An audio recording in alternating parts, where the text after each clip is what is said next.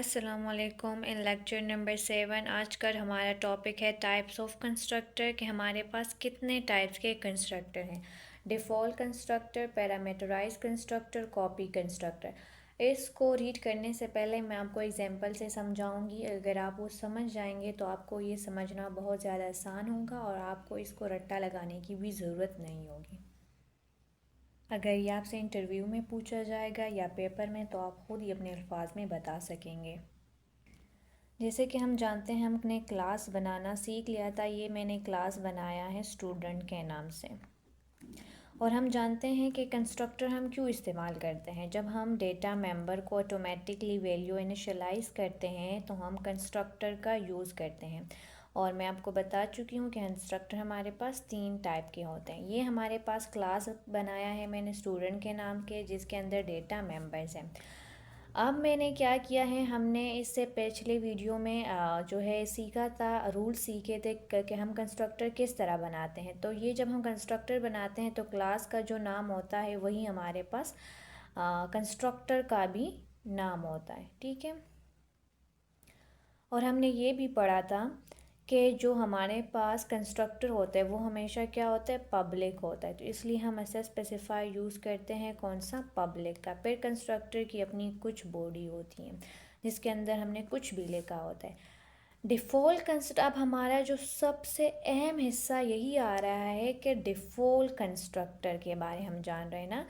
तो ये int main का हिस्सा जब मैं बनाती हूँ और मैं ऑब्जेक्ट बनाती हूँ, ऑब्जेक्ट हम किस तरह बनाते हैं, क्लास का नाम लिखते हैं और ऑब्जेक्ट जब बनाते हैं तो कोई नाम रखते हैं। फ़र्ज़ करें मैंने तो S1 को आप देखिए, यहाँ पर मैंने कोई वैल्यू पास नहीं की।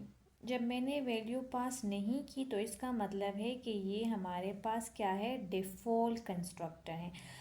थ्योरी पोर्शन पे आते हैं कि डिफ़ॉल्ट कंस्ट्रक्टर क्या है। When you create an object, जैसे ही हम ऑब्जेक्ट क्रिएट करते हैं, ये देखो मैंने ऑब्जेक्ट बनाया है। ऑब्जेक्ट क्या किया, बनाया है with out writing inside the parenthesis, यानी कुछ भी उस पेरेंथिस के अंदर हमने नहीं लगाया। ठीक है, यहाँ पर मैंने ना तो पेरेंथिस लगाए हैं ना पेरेंथिस के अंदर कुछ लिखा है। तो डिफ़ॉल्ट कंस्ट्रक्टर इज़ कॉल्ड, तो हो डिफ़ॉल्ट कंस्ट्रक्टर क्या हो जाता है, कॉल हो जाता है। और यही है हमारे पास डिफ़ॉल्ट कंस्ट्रक्टर, ठीक है।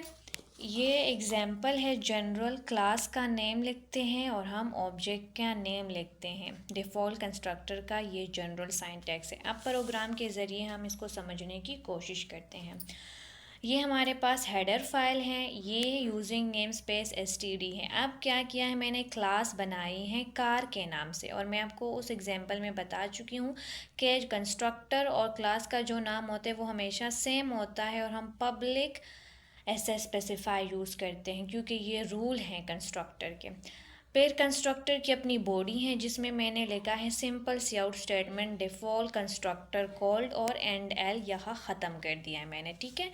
अब क्या है, इंट मेन जो है, इंट मेन में मैंने क्या किया है, कार क्लास लिखा है और इसका ऑब्जेक्ट बनाया है और मैंने ऑब्जेक्ट बनाया है कार1 के नाम से, ठीक है। अब जैसे ही मैंने ऑब्जेक्ट बनाया है, डिफ़ॉल्ट कंस्ट्रक्टर जो मैंने बनाया है वो ऑटोमेटिकली कॉल हो जाएगा और हमारे पास स्टेटमेंट क्या आएगी, डिफ़ॉल्ट कंस्ट्रक्टर कॉल।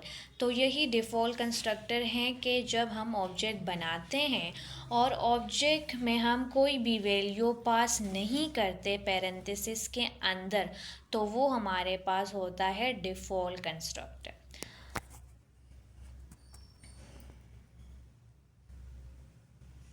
अगर आपने हमारा चैनल लाइक नहीं किया तो लाइक करें, सब्सक्राइब करें, अपने दोस्तों के साथ शेयर करें।